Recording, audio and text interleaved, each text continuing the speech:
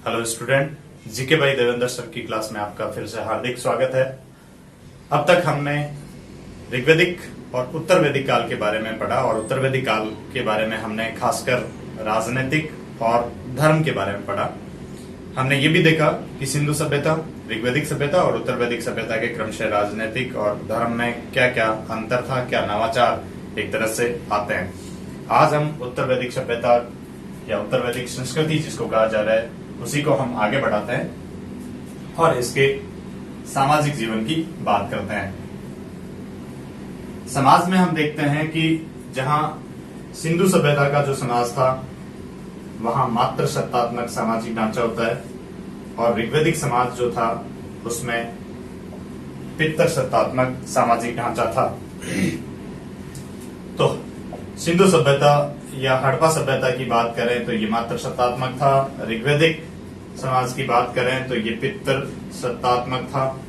और यहाँ पर भी उत्तर वैदिक काल में भी हम देखते हैं कि कृषि आधारित व्यवस्था थी और समाज का ढांचा पितर सत्तात्मक और इसके साथ साथ संयुक्त परिवार प्रथा का प्रचलन था। आगे की एक यूनिट में हम परिवार की बात करेंगे और परिवार में हम देखते हैं कि मुख्य रूप से परिवार के दो प्रकार होते हैं, एक एकल परिवार और एक संयुक्त परिवार, जहां दो या दो से अधिक पीढ़ियां निवास करती है। एक तरह से हम देखते हैं कि चाचा ताऊ वगैरह बहुत सारे ब्लड रिलेटिव साथ में रहते हैं तो वो संयुक्त परिवार है, और पति पत्नी और उनके बच्चे रहते हैं तो वो एकल परिवार का एक स्वरूप है।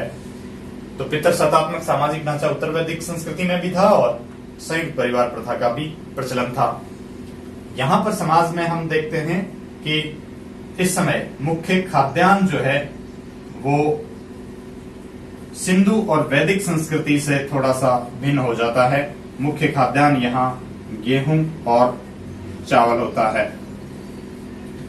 गेहूं को गोधूम और चावल को व्रीहि कहा गया है, खासकर वैदिक साहित्य में। और ऋग्वैदिक साहित्य में हमने मुख्य खाद्यान्न की बात की ऋग्वैदिक संस्कृति के दौरान, तो यहाँ पर ऋग्वेद में एकमात्र अनाज का उल्लेख था जिसको यव भी कहा जा रहा है, तो जो मुख्य खाद्यान्न था। वहीं सिंधु सभ्यता में हमने देखा कि वहां मुख्य खाद्यान्न गेहूं और जौ था। तो ये खाद्यान्न के स्तर पे अंतर आता है और गंगा घाटी में व्यापक स्तर पर कृषि कार्य भी शुरू हो जाता है और बहुत सारी खेती गेहूं और चावल की।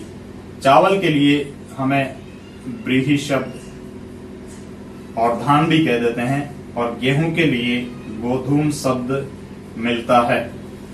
चावल की प्राचीनतम साक्ष्य जो है उत्तर प्रदेश के कोल्डी हवा नामक स्थान से मिले हैं। ये एक तरह से महत्वपूर्ण कीवर्ड रहेगा। जहां हमने देखा कि लोहे के जो साक्ष्य हैं वो अतरंजी खेड़ा से सबसे ज्यादा मिले, इसके अलावा हस्तिनापुर, कौशाम्बी वगैरह से। वहीं चावल के प्राचीनतम साक्ष्य कोल्डी हवा से मिलते हैं। ये उत्तर प्रदेश का एक स्थान है। सामाजिक जीवन में आगे हम बात करते हैं तो यहां समाज में देखें कि जो वर्ण है उसमें थोड़ा सा व्यवसाय के आधार पर परिवर्तन हो जाता है। ऋग्वैदिक संस्कृति में जहां केवल रंग के आधार पे दो भाग थे, आर्य गौर वर्ण के लोग और अनार्य काले वर्ण के लोग, वहीं पर यहां पर वर्ण का मतलब उत्तर वैदिक काल में चयन करना अर्थात व्यवसाय का चयन करना हो जाता है। और जिस ऋग्वैदिक संस्कृति में हमने पुरुष सूक्त के आधार पर 4 प्रकार के वर्णों की उत्पत्ति बताई कि पुरुष सूक्त में हमें ब्राह्मण, क्षत्रिय, वैश्य और शूद्र 4 वर्ण मिलते हैं। विराट पुरुष ब्रह्म के मुख से ब्राह्मण की उत्पत्ति, उसकी भुजाओं से क्षत्रिय की, उसकी जंघाओं से वैश्य की और उसके पैरों से शूद्र की उत्पत्ति बताई गई थी। जबकि उत्तर वैदिक काल में न केवल हमें ये 4 वर्ण मिलते हैं बल्कि इन 4 वर्णों के अलग अलग कर्तव्य भी मिलते हैं। तो इन 4 वर्णों के अलग अलग कर्तव्यों का उल्लेख हमें ऋग्वेद से संबंधित जो ब्राह्मण ग्रंथ था ऐत्रेय ब्राह्मण, ये सर्वप्रथम देता है। अति इंपॉर्टेंट, प्री की दृष्टि से महत्वपूर्ण क्वेश्चन भी है, ऑब्जेक्टिव क्वेश्चनों में भी।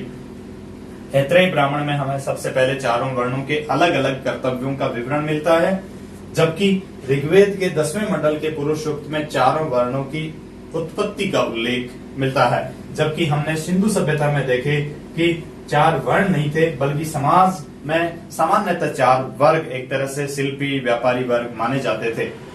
ऐतरेय ब्राह्मण के अनुसार इन चारों वर्णों के कर्तव्यों की बात करें तो देखें, ब्राह्मण जो है उसका कर्तव्य यहां पर अध्ययन, अध्यापन, इसके अलावा यज्ञ करना इत्यादि था। वहीं क्षत्रिय का जो कर्तव्य है वो अध्ययन, अध्यापन के साथ साथ यज्ञ आयोजित कराना, इसके अलावा सबसे प्रमुख कर्तव्य प्रजा की रक्षा करना। और इस काल में, उपनिषद काल में हम ये भी देखते हैं कि सतपथ ब्राह्मण जो है ब्राह्मण की बजाय क्षत्रिय को महत्ता देता है। तो दोनों वर्गों में आपसी प्रतिद्वंदिता भी मिलती है। कुछ क्षत्रिय जो राजा हैं उन्होंने एक तरह से ब्राह्मणों को शिक्षा भी दी, एक तरह से शिक्षा का दान भी किया, तो क्षत्रियों की प्रतिष्ठा में वृद्धि होती है। तीसरा जो वर्ग था वैश्य वर्ग, इसका मुख्य कार्य कृषि, पशुपालन और व्यापार, ये तीनों प्रोसेस जो है वो कौटिल्य के अर्थशास्त्र में वार्ता भी कहलाती है। तो कृषि, पशुपालन और व्यापार करने का कार्य वैश्य करता था। इसके अलावा अध्ययन, अध्यापन और यज्ञ का काम भी, इसके अलावा दान देने का काम भी। यहां से इंपॉर्टेंट कीवर्ड हमें मिल सकता है। और क्योंकि बलि देने वाला, कर देने वाला जो वर्ग था वो वैश्य था, तो सतपथ ब्राह्मण में वैश्य वर्ग को अनियस्य बलिकृत कहा गया है। ये हमें ऑब्जेक्टिव की दृष्टि से महत्वपूर्ण क्राइटेरिया मिलता है कि वैश्य को अनियस्य बलिकृत किस ग्रंथ में कहा गया है, या किस चारों वर्णों में से कौन से वर्ण को वैश्य वर्ण कहा गया है। पहले 3 ही वर्ण थे। चौथे वर्ण का सबसे पहले उल्लेख पुरुष सूक्त में 10वें मंडल के पुरुष सूक्त में मिलता है, शूद्र वर्ण का। तो पहले जो 3 वर्ण हैं वो एक तरह से त्रिवर्ण भी कहलाते थे। और इन्हीं त्रिवर्ण को हम उपनयन संस्कार का अधिकारी होने के कारण द्विज वर्ण भी कहा जाता है। द्विज का मतलब दोबारा जन्म लेने वाला होता है। और वहीं 16 संस्कारों में शिक्षा से संबंधित, शिक्षा की शुरुआत से संबंधित जो संस्कार था, गुरुकुल में शिक्षा से संबंधित जो संस्कार था, उसको उपनयन संस्कार भी कहा जाता था। तो ब्राह्मण, क्षत्रिय और वैश्य को उपनयन संस्कार का अधिकारी माने जाने के कारण द्विज वर्ण भी कहा जाता है। उपनयन संस्कार का अधिकारी शूद्र वर्ण को नहीं माना जाता था। समाज का चौथा वर्ण जो है वो शूद्र वर्ण था और उपरोक्त तीनों वर्णों की सेवा करना शूद्र वर्ण का कर्तव्य था। तो यहां से जनरली जब भी हमें क्वेश्चन पूछा जाता है उपनयन संस्कार के बारे में हो सकता है, वैश्य के अनियस्य बलिकृत के संदर्भ में हो सकता है, चारों वर्णों के अलग अलग कर्तव्यों का उल्लेख हमें ऐतरेय ब्राह्मण में इस संदर्भ में हो सकता है। और बार बार ये क्वेश्चन तो रिपीट हो ही रहा है कि चारों वर्ण हैं, उनकी उत्पत्ति का सबसे पहले उल्लेख हमें ऋग्वेद के पुरुष सूक्त में मिलता है, जो 10वें मंडल का एक भाग है। तो इस समय समाज में हम वर्णों के अलग अलग कर्तव्यों की भी बात करते हैं। अगला देखें, समाज में मुख्य परिवर्तन ये भी आता है कि जहां ऋग्वेदिक जो समाज था उसमें जाति व्यवस्था कर्म आधारित थी, वहीं उत्तर वैदिक जो समाज है उसमें जाति व्यवस्था जन्म आधारित हो जाती है। अर्थात जाति व्यवस्था में कठोरता आ जाती है। इस समय जो जिस जाति में जन्म लेता है वही उसकी जाति हो जाती है, जबकि ऋग्वैदिक व्यवस्था में कर्म महत्वपूर्ण रोल अदा करता था। इस समय समाज में मुख्य रूप से एक बदलाव स्त्रियों की स्थिति के संदर्भ में भी आता है। और स्त्रियों की स्थिति के संदर्भ में हम देखते हैं कि केवल ऋग्वैदिक काल जो है उसमें हम देखते हैं कि सम्मानपूर्ण स्थान था, क्योंकि सभा और समिति में महिलाओं को भाग लेने का अधिकार था, संपत्ति का एक तरह से उत्तराधिकारी उन्हें माना जाता था, शिक्षा संबंधी उसके अधिकार थे, बहुत सारी कुप्रथाएं समाज में प्रचलित नहीं थी। और इस समय कुछ कुरीतियां समाज में प्रचलित हो जाती है और एक तरह से उनके अधिकार छीन लिए जाने के कारण स्त्रियों की स्थिति में गिरावट आती है। इस समय मुख्य विदुषी स्त्रियों में हम देखते हैं कि गार्गी, मैत्रेयी और जाबाल विदुषी स्त्रियां उत्तर वैदिक काल में थी, जबकि हमने ऋग्वैदिक विदुषी स्त्रियों की बात की तो वहां पर गोसा, अपाला, विश्वारा, काक्षावृति, सची, पोलोमी, बहुत सारी विदुषी स्त्रियां। तो गार्गी और मैत्रेयी याद रखें।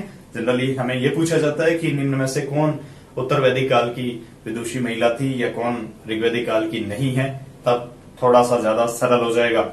हम देखते हैं कि जो मैत्रेयी है उसने याज्ञवल्क्य से ज्ञान दान देने की एक तरह से शिक्षा ली, ज्ञान की शिक्षा ली थी संपत्ति के बजाय। जबकि गार्गी के बारे में उल्लेख मिलता है कि जो राजा जनक का सम्मेलन था, विद्वानों की जो परिषद थी, उसमें उसने याज्ञवल्क्य को चुनौती भी दी और याज्ञवल्क्य को शास्त्रार्थ में पराजित भी किया। इसलिए याज्ञवल्क्य जो है गार्गी को कह देता है कि अधिक बहस मत करो वरना तुम्हारा सिर फोड़ दिया जाएगा। तो ये स्त्रियों की गिरावट का भी एक संकेत देखते हैं हम। इसके अलावा ऐत्रेयी ब्राह्मण,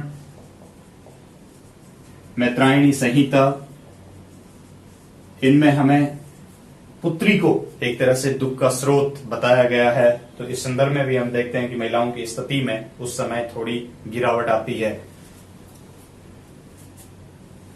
इसके अलावा इस समय कुछ महिलाएं जो है उनको कुछ अधिकारों से वंचित कर दिया जाता है। खासकर देखते हैं हम कि पहले ऋग्वैदिक काल में जहां हमने देखा कि महिलाएं, विदुषी स्त्रियां सभा और समिति में भाग लेती थी, जबकि इस समय उनकी भागीदारी से वंचित कर दिया जाता है उन्हें।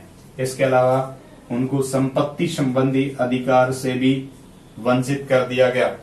इसके अलावा बहुत सारी बुराइयां भी प्रचलित हो जाती है, समाज में कुछ कुरीतियां भी प्रचलित हो जाती है, जिसके कारण इनकी स्थिति में गिरावट आती है। इस समय कुछ समाज में शिक्षा संबंधी हमें शब्दावली मिलती है और खासकर जो एक तरह से पुरुष और स्त्रियां हैं उनके लिए हमें अलग अलग नाम भी मिलते हैं। तो शिक्षा जो है वो मुख्य रूप से इस समय गुरुकुल में दी जाती थी और खासकर पुरुष जो शिष्य थे, छात्र जो थे, उनको दो नामों से संबोधित किया जाता था। पहला उपकुर्वाण और दूसरा नैष्टिक। सीधा सा मतलब ये था कि उपकुर्वाण जो है वो शिष्य गुरुकुल में शिक्षा पूरी होने के बाद गृहस्थ आश्रम में प्रवेश करता था। इसका मतलब शिष्य की शिक्षा पूरी होने के बाद इसकी नौकरी लग जाती थी और शादी वादी कर लेता था। और जो शिष्य गुरुकुल में ही रहता था, आजीवन एक तरह से शिक्षा ग्रहण करता रहता, गुरुजी के पास निशुल्दा होकर बैठ जाता था, वो नैष्टिक कहलाता था। और जो महिला शिष्याएं थी, खासकर छात्राएं, उनके संदर्भ में भी हमें दो शब्द मिलते हैं। खासकर आजीवन ब्रह्मचारी व्रत का पालन करने वाली, शिक्षा ग्रहण करने वाली ब्रह्मवादिनी कहलाती थी। और इसके अलावा जो गृहस्थाश्रम में प्रवेश कर देती थी वो सदो वहू या सदो वधू कहलाती थी। तो हमें छात्र और छात्राओं के लिए दो अलग शब्द भी मिलते हैं। इसके अलावा आजीवन ब्रह्मचर्य व्रत का पालन करने वाली, शिक्षा ग्रहण करने वाली छात्रा के लिए अमाजु शब्द भी मिलता है। हमें ऋग्वैदिक काल में बहतु जो है वो स्त्री धन के संदर्भ में शब्द मिलता है। तो शिक्षा के इन टर्म के बाद हम बात करते हैं कि इस समय उत्तर वैदिक काल में समाज में कुछ वर्ण के साथ साथ और बदलाव भी आते हैं और सामान्यतः हम देखते हैं कि इस समय आश्रम व्यवस्था का उल्लेख भी हमें मिलता है। तो समाज में ये एक क्राइटेरिया है क्वेश्चन का, जो हमें सेकंड ग्रेड में भी एसएसटी में मुख्यतः दो बार हमें इसका क्वेश्चन पूछा जा चुका है। इसके अलावा आरएस प्री में भी खासकर छांदोग्य उपनिषद के बारे में बार बार पूछा जा रहा है। तो आश्रम जो है मुख्य रूप से 4 माने जाते हैं। ये मूलतः श्रम धातु से बना है, जिसका अर्थ प्रयास करना है। अगर सही दृष्टि से उपयुक्त आंसर देखते हैं, उपयुक्त कीवर्ड पे चलते हैं जो आरपीएससी का आंसर था, तो आश्रम जो है उसमें ऐसा माना जाता था कि प्राचीन काल में जो व्यक्ति है उसकी आयु 100 वर्ष की मानकर उस आयु को 4 अलग अलग भागों में बांट दिया जाता था, अर्थात 4 आश्रमों में विभाजित कर दिया जाता था। तो आश्रम का एग्जैक्ट वर्ड देखें तो हम ये भी कह सकते हैं कि आयु वर्ग के अनुसार मनुष्य के जो कर्तव्य हैं उनको आश्रम कहा जाता है, और आश्रम में हम आयु वर्ग के अनुसार मनुष्य के कर्तव्यों को रखते हैं। सामान्य अर्थ में लें तो श्रम धातु से बना है मूलतः, जिसका अर्थ प्रयास करना या मेहनत करना होता है। आश्रम जो है पहले 3 आश्रम ही प्रचलित थे, संन्यास आश्रम सबसे बाद में जुड़ा। तो पहले 3 आश्रमों का उल्लेख हमें छांदोग्य उपनिषद में मिलता है।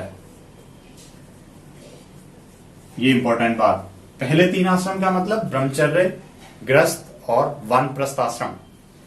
और सबसे पहले 4 आश्रमों का उल्लेख, अति महत्वपूर्ण, बार बार रिपीट होने वाला क्वेश्चन, 4 आश्रमों का उल्लेख हमें जाबालोपनिषद में मिलता है।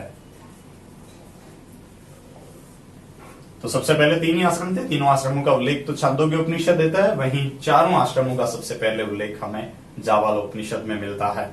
अब हम अलग अलग जो आश्रम थे उनका डिटेल पढ़ते हैं, थोड़ी सी उनकी सरल व्याख्या कर लेते हैं।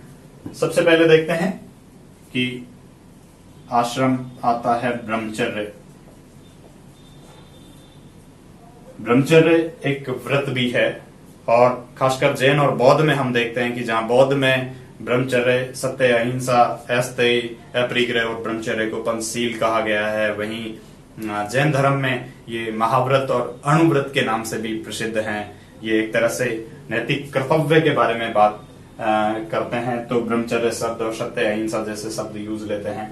ब्रह्मचर्य जो है उसका शाब्दिक अर्थ होता है अपनी ज्ञानेंद्रियों पर और कर्मेंद्रियों पर नियंत्रण रखना। तो अपनी इंद्रियों पर नियंत्रण रखना ब्रह्मचर्य आश्रम में मुख्य कर्तव्य था। तो यहां देखते हैं कि ब्रह्मचर्य आश्रम में मुख्य रूप से शिष्य होते थे जो गुरु के पास गुरुकुल में शिक्षा ग्रहण करते थे। तो शिष्य के कुछ कर्तव्य थे यहाँ पे ब्रह्मचर्य आश्रम में, और इसका जो प्रवेश है वो कब से माना जाता है, ये बहुत इंपॉर्टेंट बात है। तो ऐसा नहीं कि ब्रह्मचर्य आश्रम में हम 0 से एक तरह से 25 वर्ष रख देंगे या 1 से 25 वर्ष रख देंगे। 16 जो संस्कार थे उन 16 संस्कारों में गुरुकुल में शिक्षा का प्रारंभ उपनयन संस्कार से माना जाता है, अर्थात गुरु के समीप ले जाना शिक्षा के लिए बालक को, उपनयन का शाब्दिक अर्थ हुआ। तो उपनयन जो संस्कार था वहां से ब्रह्मचर्य आश्रम की शुरुआत मानी जाती है। तो ब्रह्मचर्य आश्रम की जो शुरुआत है वो हम उपनयन से लेकर लगभग 25 वर्ष करते हैं, अर्थात गुरु के समीप जब बालक को शिक्षा के लिए ले जाया जाता है, जनेऊ धारण करवाया जाता है, और हर वर्ग के लिए, खासकर ब्राह्मण, क्षत्रिय और वैश्य के लिए अलग अलग आयु वर्ग थी और अलग अलग ऋतुएं थी। एक तरह से खासकर 8 वर्ष, 11 वर्ष और 12 वर्ष के संदर्भ में हम बात करें तो ब्रह्मचर्य आश्रम में मुख्य रूप से उपनयन संस्कार से लेकर 25 वर्ष ब्रह्मचर्य आश्रम होता था, और इस समय गुरु के पास गुरुकुल में रहकर शिष्य अध्ययन अध्यापन करता, इंद्रियों पर नियंत्रण रखना और एक तरह से गुरु के मार्गदर्शन में शिक्षा ग्रहण करता था। तो यहाँ पर शिष्य का मुख्य कर्तव्य जो है, एक तो पूरी तरह से भिक्षा का जीवन व्यतीत करना। गुरुजी सुबह पहली दे देता बिन कटोरों, और गृहस्थ आश्रम के जितने भी व्यक्ति हैं वहां से एक तरह से मांग के लिए, अपने लिए और गुरुजी के लिए टिफिन लाने का काम करता था, सबसे पहला काम। दूसरा काम अध्ययन करने का काम भी। इसके अलावा संदर्भ और सुबह प्रार्थना का काम भी। इसके अलावा अपनी इंद्रियों पर नियंत्रण, ब्रह्मचर्य व्रत का पालन करने का काम भी बालक करता था। तो ब्रह्मचर्य आश्रम जो है वो मुख्य रूप से गृहस्थ आश्रम पर डिपेंड हो गया, और इस आश्रम में मुख्य कर्तव्य जो है वो बालक के ये थे। अति महत्वपूर्ण बात जहां से हमें क्वेश्चन मिल सकता है रीट सेकंड ग्रेड वगैरह में, उपनयन संस्कार से 25 वर्ष तक ब्रह्मचर्य आश्रम जो है वो मुख्य रूप से माना जाता था। ऐसा नहीं है कि इसको 0 या 1 वर्ष से हम 25 वर्ष तक मानते हैं, क्योंकि वास्तविक शिक्षा की शुरुआत जो है वो गुरुकुल में ही होती थी, उपनयन संस्कार से ही मानी जाती थी। ब्रह्मचर्य आश्रम जो है उसका एक आधार हम ये भी कह सकते हैं कि जो 4 पुरुषार्थ हैं उसमें से धर्म जो है वो ब्रह्मचर्य आश्रम का आधार होता है। एक तरह से धर्मानुसार आचरण करते हुए ब्रह्मचर्य व्रत का पालन एक तरह से शिष्यार्थी को करना होता था। आगे बात करते हैं तो ब्रह्मचर्य के बाद जो दूसरा आश्रम है वो गृहस्थ आश्रम था। और गृहस्थ आश्रम जो है हम चारों आश्रमों में सबसे महत्वपूर्ण, और बाकी के तीनों आश्रम जिस पर डिपेंड थे, तो गृहस्थ आश्रम जो है सबसे महत्वपूर्ण आश्रम भी था और तीनों आश्रम इस पर निर्भर थे। तो इसको महत्ती आश्रम भी कह सकते हैं, महत्वपूर्ण आश्रम भी इसको कहा जा सकता है।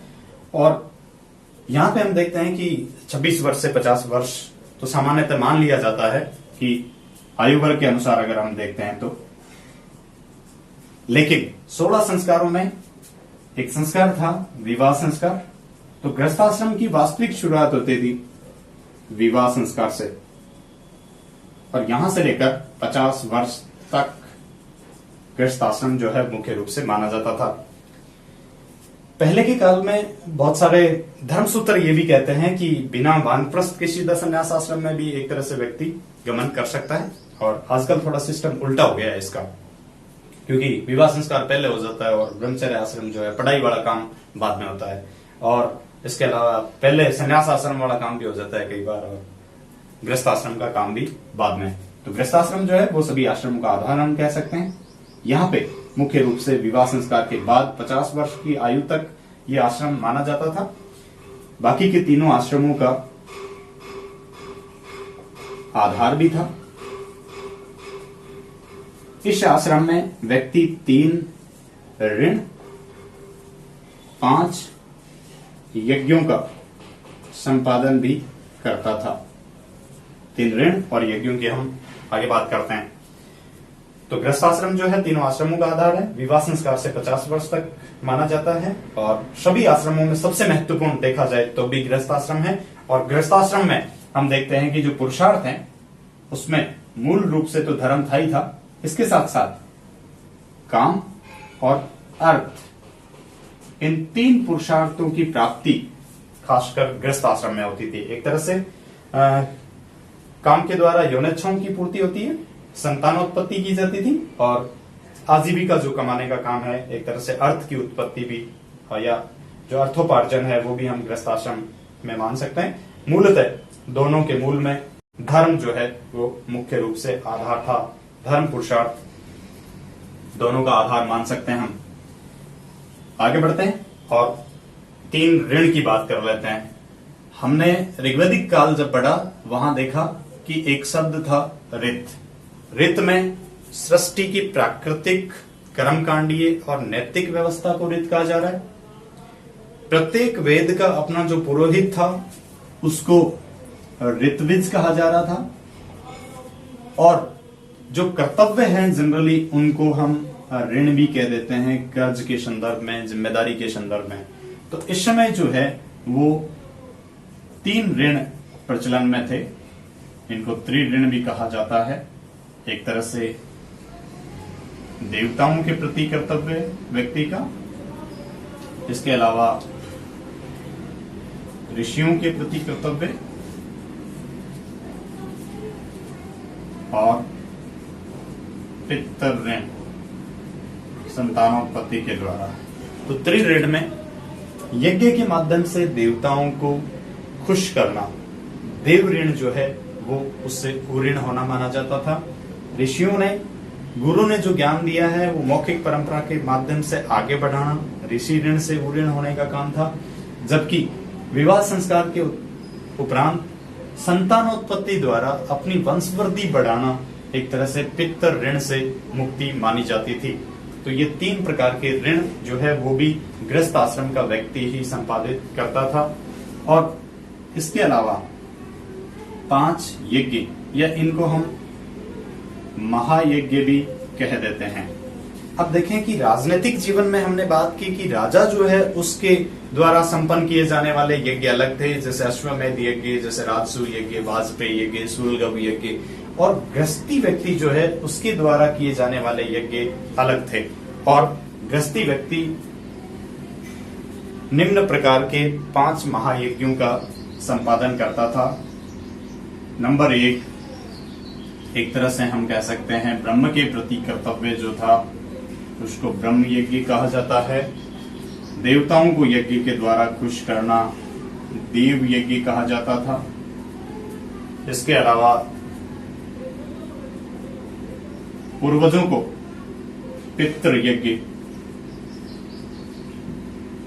इसके अलावा मेहमानों का सत्कार, इसको अतिथि यज्ञ या नृय यज्ञ भी कह देते हैं, और भूत यज्ञ। ये 5 प्रकार के यज्ञ का संपादन गृहस्थी व्यक्ति करता था उत्तर वैदिक काल में। और ब्रह्म यज्ञ ब्रह्म के प्रति उसके कर्तव्य, देवताओं को यज्ञ द्वारा खुश करना, एक तरह से पितृ यज्ञ जो पूर्वज हैं अपने उनको श्राद्ध के माध्यम से खुश रखना, तर्पण देना पूर्वजों को। अतिथि यज्ञ का मतलब है कि मेहमान जो है उसको घर पे आने के बाद में चाय पानी पिलाना, अच्छे से उसकी सेवा करना, अतिथि यज्ञ। और भूत यज्ञ, ऐसा इसका मतलब ये नहीं है कि भूतों को खुश करना, इसका मतलब ये है कि जितने भी पशु पक्षी वगैरह हैं उनके प्रति प्रत्येक मनुष्य के कर्तव्य, और खासकर इस कोरोना काल में तो और भी ज्यादा उनके प्रति कर्तव्य बढ़ गया है। एक तरह से पशुओं को चारा डालना और पक्षियों को दाना खिलाना। तो ये भूत यज्ञ का एक प्रकार था। हम उत्तर वैदिक काल की प्रासंगिकता जो है वर्तमान इस संकट के समय में भी देख सकते हैं। तो 5 प्रकार के महायज्ञ का संपादन इस समय उत्तर वैदिक काल में गृहस्थी आश्रम का जो व्यक्ति है वो करता था। अब देखते हैं कि जो तीसरा आश्रम था वानप्रस्थ आश्रम, इसका काल सामान्यतः 51 वर्ष से लेकर 75 वर्ष माना जाता था। और सीधा सीधा इसका अर्थ है कि व्यक्ति गृहस्थी की जिम्मेदारियों के उपरांत एक तरह से ईश्वर की आराधना के लिए, तपस्या के लिए वन में गमन करता था। और वानप्रस्थ आश्रम जो है उसमें मुख्य रूप से एक तरह से ईश्वर की उपासना, सुबह शाम जो है वो प्रार्थना करना और दीक्षा का जीवन व्यतीत करना। और वानप्रस्थ आश्रम का जो व्यक्ति है वो भी डिपेंड था गृहस्थ आश्रम के व्यक्ति पर। यहाँ पे एक अंतर संन्यास से ये था कि संन्यास में जहां सर्वोच्च लक्ष्य मोक्ष होता था, वानप्रस्थ में मोक्ष सर्वोच्च लक्ष्य नहीं था। पहले 3 ही आश्रम जो है इन्हीं की डिटेल मिलती है, इन्हीं का उल्लेख मिलता है। तो पहले 3 आश्रमों का उल्लेख हमने लिखा कि छांदोग्य उपनिषद पहले 3 आश्रमों का विवरण देता है। और सबसे चौथा, और हिंदू दर्शन में एक तरह से इसको भी महत्व दिया गया। तो संन्यास आश्रम जो है यहाँ सामान्यतः हम आयु वर्ग 76 वर्ष से लेकर 100 वर्ष मानते हैं। और यहाँ व्यक्ति दर्शन के सर्वोच्च लक्ष्य मोक्ष की कामना करता था। जैसा हमने एकेश्वरवाद और एक तत्ववाद में अंतर देखा कि वहां पे ईश्वर की आराधना की जाती है भक्त द्वारा, तो द्वैतवाद रहता है। और एक तरह से एक तत्ववाद में जो है सर्वोच्च ब्रह्म की उपासना की जाती है। तो हम देखते हैं कि वहां पे एक तत्ववाद की अवधारणा में ब्रह्म जो है उसी का हिस्सा है, जीव अलग नहीं है। तो ब्रह्म उपासना का विषय नहीं है। ठीक वैसे ही संन्यास आश्रम में सर्वोच्च लक्ष्य हो जाता है मोक्ष, जबकि वानप्रस्थ आश्रम में ईश्वर की आराधना की जाती है। ये चारों प्रकार के जो आश्रम हैं उनकी डिटेल हमने देखी। चारों आश्रम में संन्यास आश्रम डिपेंड हो गया चौथे पुरुषार्थ मोक्ष पर। वानप्रस्थी जो है उसका आधार भी धर्म है, ब्रह्मचारी जो है उसका आधार भी धर्म है, जबकि गृहस्थाश्रम जो है उसका आधार धर्म के साथ साथ अन्य पुरुषार्थ काम और अर्थ भी है। तो 4 प्रकार के पुरुषार्थ की अवधारणा भी हम आश्रम व्यवस्था से संबंधित रखते हैं। तो यहाँ हमने देखा उत्तर वैदिक काल में वर्ण जो है स्पष्ट रूप से विभाजित हो जाते हैं, सभी वर्णों के अपने अलग अलग कर्तव्य भी हो जाते हैं।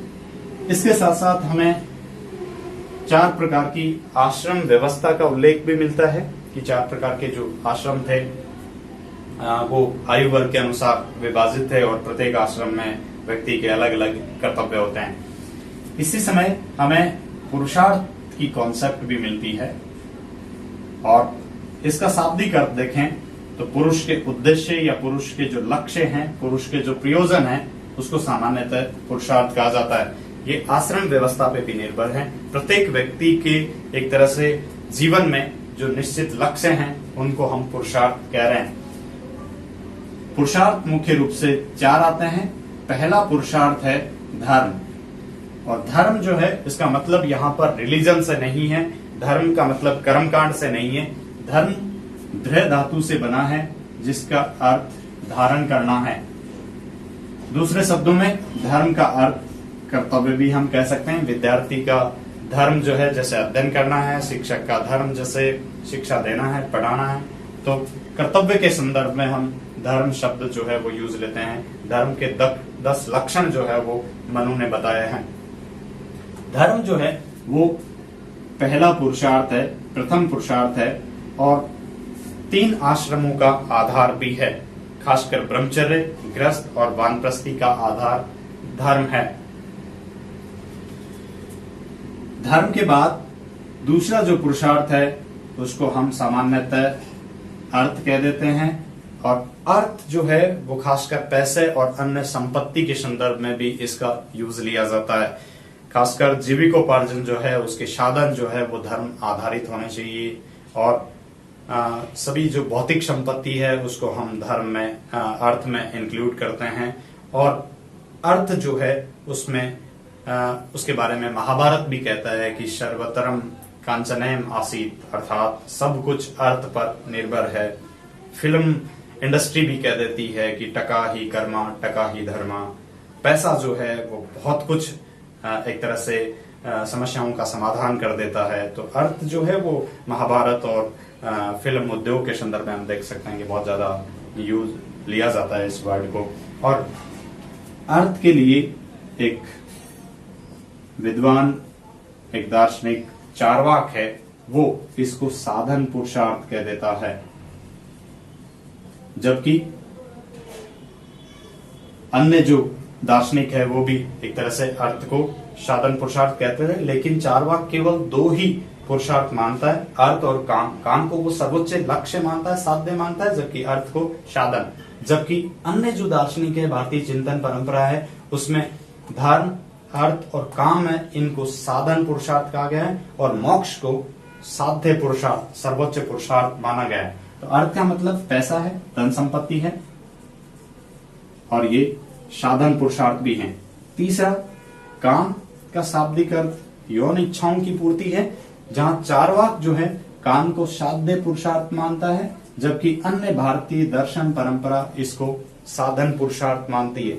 तो चारों पुरुषार्थों में हम क्रम में भी देखते हैं, और अपना सेकंड ग्रेड का भी दर्शन शास्त्र का भी एक क्वेश्चन हो गया ये, धर्म, अर्थ, काम, और चौथा अंतिम सर्वोच्च पुरुषार्थ जो है वो मोक्ष। मोक्ष जो है वो मुंच धातु से बना है, जिसका मतलब बंधन मुक्त होना या मुक्ति के संदर्भ में।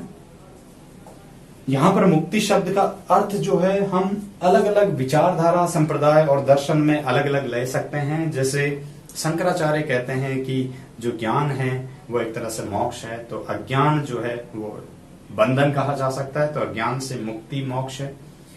जैन धर्म कहता है कि केवल सर्वोच्च लक्ष्य, सर्वोच्च ज्ञान है, और बंधन जो है वो पुद्गल है।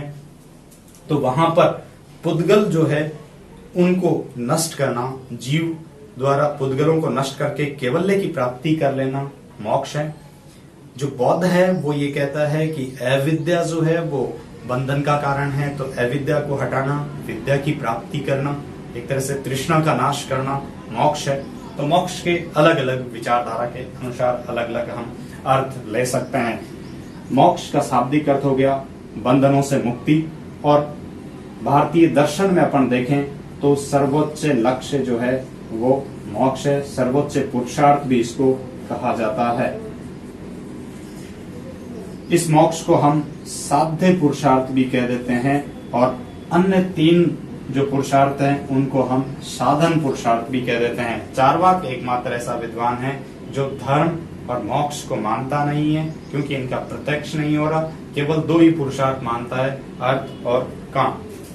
तो हमने क्रमशः 4 पुरुषार्थों के बारे में भी उत्तर वैदिक काल में देखा। अब एक सिंपल सा क्वेश्चन भी देख लेते हैं कि कुछ विद्वानों का हमें आर्यश प्री में एक क्वेश्चन मिला। तो यहां पर काशी का शासक और विद्वान हमें अजात शत्रु मिलता है।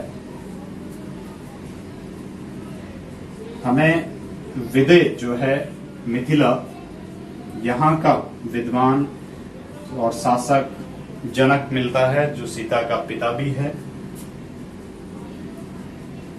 पांचाल सबसे प्रसिद्ध जनपद था शतपथ ब्राह्मण के अनुसार, तो इसके प्रमुख विद्वान प्रवाहन जाबाली थे।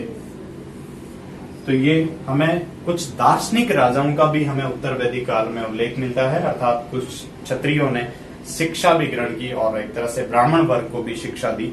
उसके संदर्भ में जनक के दरबार में विश्व की पहली साहित्यकारों की अर्थात विद्वानों की सभा आयोजित होती है। उसमें गार्गी और याज्ञवल्क्य का संवाद होता है, जिसका उल्लेख बृहदारण्यक उपनिषद में मिलता है।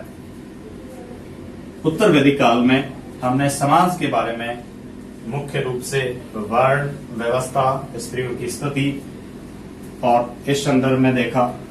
अब हम देखते हैं कि ऋग्वैदिक जो काल था, जहां पर वर्ण के आधार पर केवल 2 प्रकार के विवाहों की परंपरा थी, अनुलोम और प्रतिलोम। अनुलोम विवाह में जहां उच्च वर्ण के पुरुष द्वारा निम्न वर्ण की महिला से विवाह किया जाता था, और प्रतिलोम जो है उसमें निम्न वर्ण के पुरुष द्वारा उच्च वर्ण की महिला से विवाह किया जाता था। जबकि यहाँ पर उत्तर वैदिक काल में हम देखते हैं कि हमें धर्मशुद्धर मुख्य रूप से 8 प्रकार के विवाहों का विवरण देते हैं, 8 प्रकार के विवाहों का उल्लेख करते हैं। इसकी डिटेल हम थोड़ा सा अगली जो यूनिट होगी अपनी समाज और परिवार वाली, उसमें हम देखेंगे, जो रीट के सिलेबस में भी है। जनरली हम बात कर लेते हैं 8 प्रकार के विवाह की। तो 8 प्रकार के विवाहों में पहला जो विवाह था ब्रह्म विवाह, इसको सर्वश्रेष्ठ विवाह भी कह दिया जाता है। एक तरह से योग्य और शीलवान वर के साथ अपनी कन्या का विवाह करना और आभूषणों से सुसज्जित कन्या का विवाह कन्या के पिता द्वारा वर के साथ किया जाता था, उसको ब्रह्म विवाह कहा जाता था। तो इसे हम कीवर्ड में शीलवान वर के साथ कन्या का विवाह, और ये अपना सेकंड ग्रेड का 2 बार क्वेश्चन हो गया। इसी को हम सर्वश्रेष्ठ विवाह भी कह रहे हैं, और सभी 8 विवाहों में सर्वश्रेष्ठ महत्वपूर्ण विवाह नंबर 2 विवाह जो है उसको देव विवाह कहा जाता है। और देव विवाह में मुख्य रूप से परंपरा ये थी कि जो यज्ञ है उसका महत्व बहुत ज्यादा था, तो यज्ञ करने वाले पुरोहित के साथ कन्या का विवाह कर दिया जाता था, उसे देव विवाह कहा जाता है। तो यज्ञ कर्ता पुरोहित के साथ कन्या के पिता द्वारा अपनी कन्या का विवाह करना देव विवाह कहलाता था। तीसरा यूनिक विवाह था, थोड़ी अलग परंपरा थी। तो आर्ष विवाह जो है उसमें मुख्य रूप से कन्या के पिता द्वारा वर के पिता से एक जोड़ी गाय और बैल के बदले अपनी कन्या का विवाह किया जाता था। इसका मतलब है कि वो देखता है कि अगला आदमी धेड़ा वेड़ा रखता है कि नहीं, तो गाय और बैल के बदले किया जाने वाला यूनिक परंपरा भी थी। चौथा, बिना दहेज के जो विवाह है, वैसे तो इसको भी हम आधुनिक परंपरा में देख सकते हैं कि ज्यादा प्रचलन में है। तो प्रजापत्य विवाह, योग्य वर के साथ कन्या का विवाह और धर्माचरण का आदेश दोनों को दिया जाता है, पति पत्नी को। तो यहाँ पर कीवर्ड धर्माचरण रहेगा, बिना दहेज के भी कह सकते हैं। यहाँ एक जोड़ी गाय और बैल कीवर्ड रहेगा। यहाँ यज्ञकर्ता पुरोहित के साथ, ये शीलवान वर के साथ सर्वश्रेष्ठ विवाह कह सकते हैं। इन चारों प्रकार के विवाहों को अनुमति दी जाती है, और खासकर अगर इससे समानता करें तो इनको हम अनुलोम विवाह कह सकते हैं। बाकी के जो 4 विवाह हैं उनको सामान्यतः अनुमति नहीं मिलती और धर्मशास्त्रों की परंपरा के ये विपरीत होते हैं, इसलिए इन्हें प्रतिलोम या अप्रशस्त विवाह भी कहा जाता था। गंधर्व जाति में प्रचलित होने के कारण प्रेम विवाह को गंधर्व विवाह भी कहा जाता है।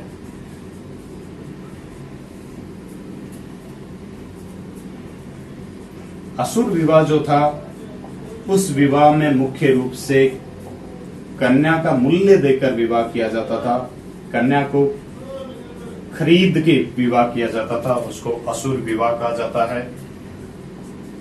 राक्षस विवाह में मुख्य रूप से हम देखते हैं कि कन्या का अपहरण करके जो किया जाने वाला विवाह था वो राक्षस विवाह था। और पैशाच विवाह जो है वो बलपूर्वक कन्या के शरीर पर अधिकार करके किया जाने वाला विवाह का एक प्रकार था। तो हम देखते हैं कि उत्तर वैदिक जो काल है उसके समाज में 8 प्रकार के विवाह प्रचलन में थे। सर्वश्रेष्ठ क्वेश्चन की दृष्टि से महत्वपूर्ण ब्रह्म विवाह था। अगर हमें सुमेलित करना क्वेश्चन भी मिले तो भी हम कीवर्ड के आधार पर क्वेश्चन कर सकते हैं। दूसरा देव विवाह, यज्ञकर्ता पुरोहित के साथ कन्या का विवाह। तीसरा आर्ष विवाह, एक जोड़ी गाय और बैल के बदले किया जाने वाला विवाह। प्रजापत्य विवाह, योग्य वर के साथ धर्माचरण का आदेश देते हुए किया जाने वाला विवाह। पहले चारों विवाह प्रशस्त विवाह थे, उनको हम अनुलोम विवाह कह सकते हैं। गंधर्व विवाह प्रेम विवाह को कहा जा रहा है। असुर विवाह कन्या को खरीद कर विवाह करना, कन्या का मूल्य देकर जो विवाह किया जाता था, जैसे कि आजकल महाराष्ट्र असम से लाए जाते हैं। राक्षस विवाह में अपहरण के माध्यम से किया जाने वाला विवाह। क्षत्रिय में ये परंपरा थी तो इसको क्षत्रिय विवाह भी हम कह सकते हैं। पैशाच विवाह में बलपूर्वक कन्या के शरीर पर अधिकार करके छल से किया जाने वाला विवाह है। तो ये 8 प्रकार के विवाह हमें उत्तर वैदिक काल में मिलते हैं और इनकी और ज्यादा डिटेल हम समाज वाली जो अपनी यूनिट है, खासकर रीट के सिलेबस में, उसमें हम अलग से इसकी व्याख्या और करेंगे। इसके बाद हम चलते हैं कि उत्तर वैदिक कालीन जो अर्थव्यवस्था है उसमें मुख्य रूप से ऋग्वैदिक विशेषताएं ही रहती हैं। उसमें थोड़े बहुत जो बदलाव आते हैं उनको हम देख लेते हैं। तो अर्थव्यवस्था जो है उसमें मुख्य रूप से 3 आधार होते हैं: कृषि, पशुपालन और व्यापार। हालांकि जो उत्तर वैदिक संस्कृति है यहाँ पर आर्य मुख्य रूप से ग्रामीण संस्कृति में रहते हैं, तो खासकर व्यापार वाली जो बात है वो ज्यादा प्रचलन में नहीं थे। जैसा कि हमने सिंधु सभ्यता में देखा कि वो नगरीय सभ्यता थी, इसलिए व्यापार प्रधान भी थी। यहाँ पर उत्तर वैदिक काल में आर्य जो है उनका मुख्य व्यवसाय होता है कृषि। इनका मुख्य निवास स्थान हो जाता है गंगा यमुना का दोआब, जो उपजाऊ दोआब था। आज भी सबसे ज्यादा जनसंख्या घनत्व की दृष्टि से और उपजाऊ जमीन की दृष्टि से देखें तो गंगा यमुना का दोआब ही है सबसे महत्वपूर्ण। इस काल में कृषि मुख्य व्यवसाय हो गया, पशुपालन गौण व्यवसाय हुआ। इसको हम मिश्रित अर्थव्यवस्था भी कह रहे हैं, मिश्रित कृषि भी कह रहे हैं। पशुपालन एक तरह से सहायक व्यवसाय के रूप में है, अर्थव्यवस्था का आधार है। खेती में हम देखते हैं कि इस समय आर्यों को लोह धातु का ज्ञान हो जाता है, तो जो हल है उसकी फाल लोहे की लगाए जाने के कारण गहराई तक जुताई होती है और गहराई तक जुताई होने के कारण कृषि में उत्पादन जो है वो बढ़ता है। तो अगर अपना कॉन्सेप्ट जो है ऐसा भी हो कि कथन उत्तर वैदिक काल में आर्यों को लोह धातु की जानकारी हुई और कारण, जिसके कारण परिणाम भी हम देख सकते हैं कि जिसके कारण कृषि उत्पादन में बढ़ोतरी हुई, तो ये एक कारण भी है लोह धातु, और कृषि उत्पादन में बढ़ोतरी उसका परिणाम भी है। दोनों रिलेटेड हैं, तो कथन कारण दोनों सही भी हो जाएंगे। तो गहराई तक जुताई होती है, उत्पादन बढ़ता है। बहुत सारी जो बंजर भूमि है उसको कृषि योग्य बनाया जाता है और इस समय कृषि योग्य भूमि जो है उसको उर्वरा कहा जाता था। हल जो है उसको सीर भी कह देते हैं और हल को लांगल भी कहा जाता है। इस समय हम देखते हैं कि पृथुवेन्य जो है वो कृषि का एक तरह से देवता होता है। पृथ्वी बहन ने मनु को हल चलना सिखाया था, तो हम कृषि का जनक प्रथम पुरोधा जो है वो पृथ्वी बहन को मानते हैं। ठीक वैसे ही आर्यों में चिकित्सा का देवता जो है वो अश्विनी कुमार, जो नासत्य भी कहलाता है, ये माना जाता था। तो कृषि का जनक, कृषि का देवता पृथ्वी बहन था, वहीं चिकित्सा का देवता उस समय अश्विनी कुमार था। तो आर्यों को हल चलाना सिखाया जाता है और गंगा घाटी में एक तरह से कृषि कार्य जो है वो बढ़ता है। लौह धातु की जानकारी, लौह धातु में हमने देखा कि बहुत ज्यादा साक्ष्य मिलते हैं, तो खासकर सबसे ज्यादा साक्ष्य हमें अतरंजी खेड़ा उत्तर प्रदेश का एक स्थान था जहां से लोहे के बहुत ज्यादा साक्ष्य मिले। इसके अलावा हस्तिनापुर वगैरह जो है, इसके अलावा कौशाम्बी, अही छत्तर से भी मिले हैं। राजस्थान में सुनारी और नौस से भी लौह के साक्ष्य मिले हैं। तो लोहे ने खेती के साथ साथ युद्ध में भी बहुत बड़ा बदलाव किया। इस समय लौह धातु के संदर्भ में कीवर्ड देखते हैं तो लोहे के लिए हमें वैदिक साहित्य में श्याम आयस शब्द मिलता है और तांबे के लिए हमें जनरली कृष्ण आयस शब्द मिलता है। 4 प्रकार की मृदभांड संस्कृति भी हमने देखी और 4 प्रकार की मृदभांड संस्कृति में हमने देखा कि प्रत्येक काल में मृदभांड संस्कृति अलग अलग है। मृदभांड जो है वो मिट्टी के पात्र थे जो अनाज एकत्रित करने के काम आते थे। सिंधु सभ्यता के मृदभांड सामान्यतः विद्वान गेरुए रंग के मृदभांड बताते हैं। ऋग्वैदिक संस्कृति के जो मृदभांड है वो लाल और काले प्रकार के मृदभांड बताए जाते हैं। और इस समय उत्तर वैदिक काल या उत्तर वैदिक संस्कृति के जहां जहां स्थल है वहां से हमें चित्रित धूसर मृदभांड मिले हैं। इनको PGW मृदभांड या पेंटेड ग्रेवेयर मृदभांड भी कहा जा सकता है। तो उत्तर वैदिक कालीन जो स्थल है वहां से चित्रित धूसर मृदभांड मिले हैं, तो इसका संबंध उत्तर वैदिक काल से जोड़ा जाता है। और सबसे परिष्कृत और सर्वश्रेष्ठ श्रेणी के जो मृदभांड है, जब हम मौर्य काल की बात करेंगे वहां पे उत्तरी काली चमकीली पॉलिश वाले मृदभांड आते हैं जिनको NBPW मृदभांड भी कहा जाता है। तो ये मृदभांड से संबंधित अगर क्वेश्चन होता है तब चित्रित धूसर मृदभांड का संबंध हम उत्तर वैदिक काल से करेंगे। इसके अलावा हमने देखा कि ऋग्वैदिक काल में जो गले का आभूषण था निष्क, इस समय थोड़ा सा एक तरह से मुद्रा के रूप में प्रचलन में आता है, सीमित स्तर पे ही होता है। तो स्वर्ण सिक्का जो है वो जनरली यूज लिया जाता है इस समय। हालांकि वस्तु विनिमय प्रणाली ही प्रचलित थी, ज्यादा व्यापार में लेन देन में होता नहीं था, फिर भी सिक्के के रूप में और कुछ विद्वान इसको मापतोल के उपकरण के रूप में भी बताते हैं। दूसरा, चांदी का सिक्का जो है इस समय शतमान कहलाता था। ये चांदी की मुद्रा के संदर्भ में हम कह सकते हैं। हमने लिखा कि गेहूं को गोधूम कहा जा रहा है, चावल को ब्रीही कहा जा रहा है, हल को सीर कहा जा रहा है, नहर को कुल्ले भी कहा जा रहा था। इसी समय पशु भी संपत्ति का मुख्य आधार होते ही है।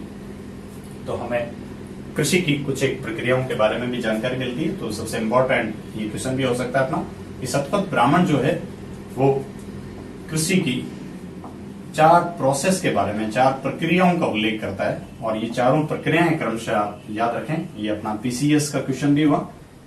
जुताई, खेत को समतल करना, जोतना, बीज बोना, बुआई, फसल काटना, कटाई और अनाज अलग कर लेना, मड़ाई। शतपथ ब्राह्मण में कृषि की 4 प्रक्रियाओं के बारे में उल्लेख मिलता है, जुताई, बुआई, कटाई और मड़ाई। इसके साथ साथ हमने कुछ उपनिषद देखे जिनमें से हम देखते हैं कि कठोपनिषद जो है वो 24 बैलों द्वारा खींचे जाने वाले हल का उल्लेख करता है। तो इस समय हम देखते हैं कि गंगा घाटी में मुख्य व्यवसाय कृषि हो जाता है और हल जो है वो उसका आकार बढ़ जाता है और उसके नीचे जो जमीन के अंदर धंसने वाला भाग है, फाल जो है वो भी लोहे की लगाई जाती है। एक तरह से कुश उसको हम कह सकते हैं और उससे गहराई तक जुताई होती है और फसल जो है उसमें वृद्धि होती है।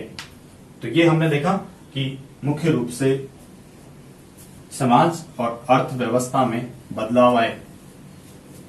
अगला जो अपना टॉपिक रहेगा तो हम उत्तर वैदिक काल के बाद महाजनपद काल और खासकर 600 ईसा पूर्व के बाद के काल को हम गंगा घाटी का नगरीकरण का काल भी कह देते हैं, उसकी हम बात करेंगे। महाजनपदों की बात करेंगे, जैन और बौद्ध की बात करेंगे तो ये हमने उत्तर वैदिक काल, समाज और अर्थव्यवस्था, इससे पहले वाले वीडियो में हमने देखा कि राजनीति और धर्म के बारे में उत्तर वैदिक कालीन संस्कृति क्या कहती है। इसके अलावा जो भी उत्तर वैदिक, ऋग्वैदिक और सिंधु सभ्यता के अपन ने टॉपिक पढ़े हैं और जो आगे हम पढ़ेंगे, उन सब का एक क्वेश्चंस की जो सीरीज है, जो पूछे गए क्वेश्चन है, उनका भी हम अलग एक तरह से वीडियो में चर्चा करेंगे। और इसके साथ साथ हमारे जीके बाई देवेंद्र सर के चैनल पे हम राजस्थान टू द पॉइंट जो टॉपिक जो हैं उनकी श्रृंखला शुरू करने जा रहे हैं। तो वो भी क्रमशः सभी जो रीट, पटवार और कांस्टेबल से लेकर पीसीएस के जो स्टूडेंट है वो देख सकते हैं और ज्यादा से ज्यादा लाभान्वित हो सकते हैं। हमारे चैनल को सब्सक्राइब करें, वीडियो को लाइक एंड शेयर करना नहीं भूलें। धन्यवाद।